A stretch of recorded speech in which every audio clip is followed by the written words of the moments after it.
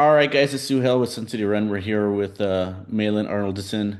He just signed his D1 letter of intent to Utep, keeping it in the 915. I'm really thrilled to have a runner like you stay here in El Paso. I know you're super excited. Um, and I suppose, we can kind of jump right in it. Hopefully things are going good with you. I know it's hectic here. You guys had a Mhm. crazy last week, everything going on.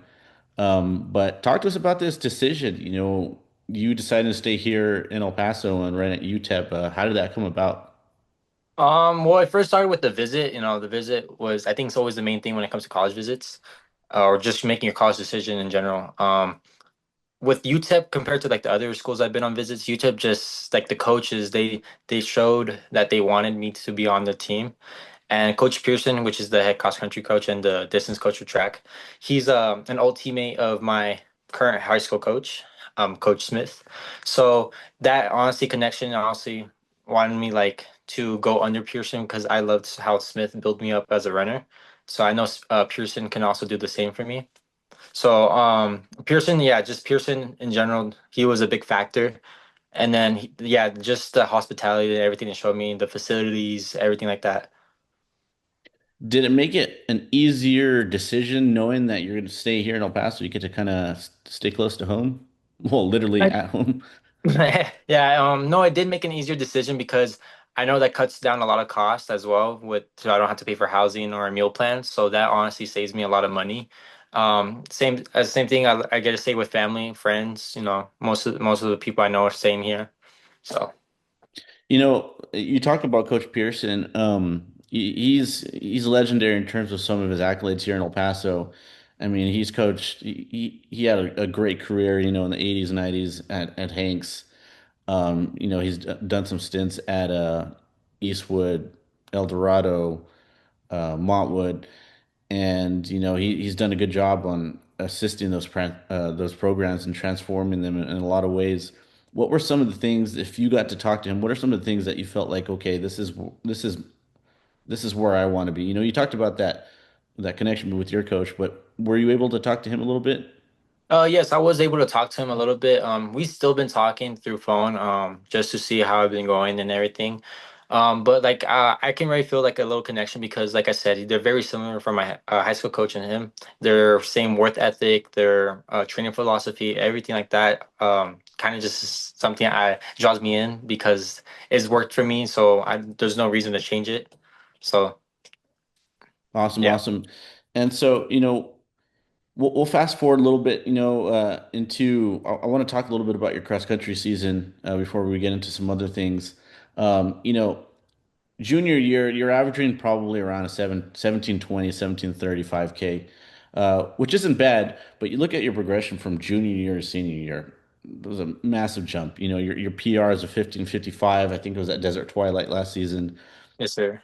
You helped propel your team, out of El Paso to regionals, and then you guys make it to the state scene. What was it that was different about this Malin your senior year as opposed to last year, where we see about a minute and a half jump? Honestly, the biggest thing is I started enjoying just running in general, like not putting pressure on myself and not like yeah, basically not putting pressure on myself and overthinking races, just having fun with it. I know since it was my last year, I just want to have the most fun. Same thing with track, just want to have fun with it. I didn't put no pressure on myself. I didn't feel even with great competition or Paso, even outside of Paso, I just wanted to have fun and run a good time. Yeah, what I liked about that boys team was, and I watched you guys obviously, throughout your junior year, you had a lot of seniors on that team. Um, there was just something different about that team. We had that interview not too long ago, and the camaraderie and the drive of that team, it almost just seems like you guys were all in sync. How did that come about for you personally, and how did that come about with your team as well? Honestly, this is a bond we've been building for 4 years. So each year, freshman year, we were just goofing off. We didn't really take running seriously. Sophomore year, little like baby steps basically. But I feel like the transition to sophomore year to junior year, that's when it really changed to saying we're going to make it a state by our senior year. So ever since then, like we've been waking up early morning summers. We don't have summers because our summers are just running. So Like we would just do countless hours of training, sleeping, not even sleeping in because we had to have practice, wake up at 5, go on long runs, and then even go out to our friend's ranch, you know. We were grateful they had a ranch in the horizon, so it was a lot of sand training. But honestly, just the bond we had was something that people can't take away from us, and that honestly made us better and faster. Do you feel like there was, you talk about, not taking running so seriously and then, kind of really kicking things into gear. Um, do you feel like there's any little bit of regret with how you handle things, or do you feel like that was just all part of the maturation process? And on top of that, um, how do you feel like that's going to play a role, running there at UTEP? Honestly, I wouldn't change a thing because I think it was just part of the process to see what I've become from seventh grade since I started running seventh grade. And then of course eighth grade was COVID, you know, so I didn't run at all that year. But honestly, the progression, honestly, I would not change a thing, you know. I think it made me a better runner because it made me push harder. And then staying here with UTEP, you know, I got to stay in El Paso. You know, it's a good high altitude place for college compared to some of these other colleges. So I know I would honestly be great at UTEP and hopefully, you know, do some good things there. And another thing that we briefly talked before this, and, we didn't get to talk as much as I would have liked, in track season, but, you know, junior year, I think you're running around 158, 800, 426, 16. Fast forward a year, you're chopping that time down to a 153, which puts you in, almost elite company, like right there at the cusp of elite company there, for the 8. And then you're in a very good 421 in the mile. Um, how do you feel this track season went for you? And what do you feel like was the high points and your best changes that you made, the best adjustments that you made for your senior year in track? Honestly, I really didn't make much adjustments other than really change up my diet. You know, my coach was very high on eating healthy and also getting a good amount of sleep. I know during cross country I was going to bed like at 9:30 because I would have practices like I would have to wake up at 5 because I do live 30 minutes away from school. So I would have to make that sacrifice of going to sleep early and also making sure I'm track on my grades. So and I'm in early college, so you know it's a little balance as well. So honestly, just keeping a time management is very important. So I think that's what helped me a lot.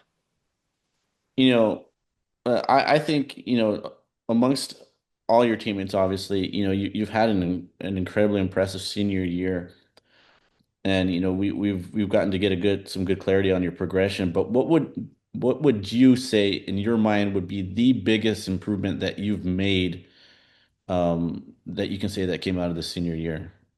I would say my biggest achievement was my 800 PR. You know, I went down from a 158. I don't know the exact like milliseconds, but I know it was a 158 to a 153. 9. Honestly, that's a very big jump from, you know, I was mainly a distance runner coming to senior year. You know, that's what I like to do. And then this year, I mainly focused just purely on the 8 and the mile. I didn't really do the 32. I mean, I can do the 32, but my coach was set focused on me and my teammate Jacob to do the 800 and the mile for the most part. And then I also done the 4x4. So the 4x4 was also fun a lot. And then I did do the 400 last weekend for Yeah, I saw that, the major impact, right? yeah, at the Flames meet. Right, and I think you dropped 50:47, which is it's not bad, considering that, the 400 is not something that we're used to seeing you run. Talk a little bit about that. That honestly, that race it was a little weird because I didn't know we had to use blocks. So I had to go out blocks, which you know I would work on that if I did do the 400 a lot more. But I don't think I would work on it to be honest because I mean I only want to get a time down. I might do it one more time, but honestly, it was a good 400. A little wind on the home straight, but honestly, there was good competition. Two sub 50s at that race, and then I mean I went 50.4. Then I didn't get no Lat6, so I know I can go faster and if I push harder and like train more for the 400. But like this weekend, I have Great Southwest in Albuquerque, so I'm trying to train for the 800 specifically for that. I think it's just a testament to, you know, you throw in a distance runner into those race. I think I always like seeing those type of shifts every now and then because you really get to see the guts of the athlete. Um, but I would like to kind of backtrack a little bit. talk to us a little bit about your coach relationship that you have with your coach and where you feel that really played a pivotal role for you developmentally, throughout your running career. Yeah, Coach Smith, I feel like to everyone, and not just me, he's like a father figure when it comes to us. He made sacrifices waking up early. He even has bought us some things for like running, like nose strips or like blister patches. He uses his money on us, and he even takes us out to eat. It's just he's a coach that shows you that he cares and wants you to improve, which is I think something really, really important when it comes to being a really good coach. And it showed during Crutch. He got Coach of the Year. Right, Um, right. so honestly, congrats to him. But I know that he doesn't like taking credit for that much. But at the end of the day, he really who made me who I am when it comes to running. And what do you feel like is one of the big things that you take out of running under him for 4 years that really kind of also influenced your decision to maybe even want to run in college or, decide to stay here? Honestly, he's honestly big on like your mentality, no matter if how like a hard workout is or anything, your mentality is what makes you a good runner or a bad runner. If you have a bad mentality, you're gonna be thinking negative while you run. But he's making us have a clear mind when we run, even when it's a hard workout. Like this morning we have a 5-3-2, it's raining this morning for the workout, but we still completed the workout. It's just honestly, and it's another good thing that I have a good teammate, Jacob. He's also going to UTEP, so Right. we had that workout this morning. But honestly, it's just him just being in the presence, knowing that if we ever needed something, he would be there. So honestly, staying also in El Paso, I know I would also have him if I need him. And, uh, you talk about your running career, your relationship with him, and kind of how your passion started in seventh grade. You kind of had a curveball, and it kind of threw a nasty wrench into all athletics. Come your eighth grade year for COVID. Did that kind of deter your idea of what you wanted to do in running, for one? And where do you feel like you developed that spark to say, you know what, I feel like I can run in college. I think this is something that I can do collegiately. Well, it was always my dream to just do a sport in college. I'm in dream school, at my dream school, which is Oregon, so for football, because I used to play football before I went to running, because I quit football and then went to running seventh grade. But eighth grade year, I still ran. I just, COVID didn't run for, cross country or any sports. But I feel that spark that I really had that made me want to go reach for going to a college and run D1 was probably my transition to sophomore to junior year. I took it way more seriously, and that's when I started just realizing that this is what I wanted for my future. And seeing all the success that you guys had, did you feel like that kind of just added more depth to that idea that, you know what, this is something I can really do?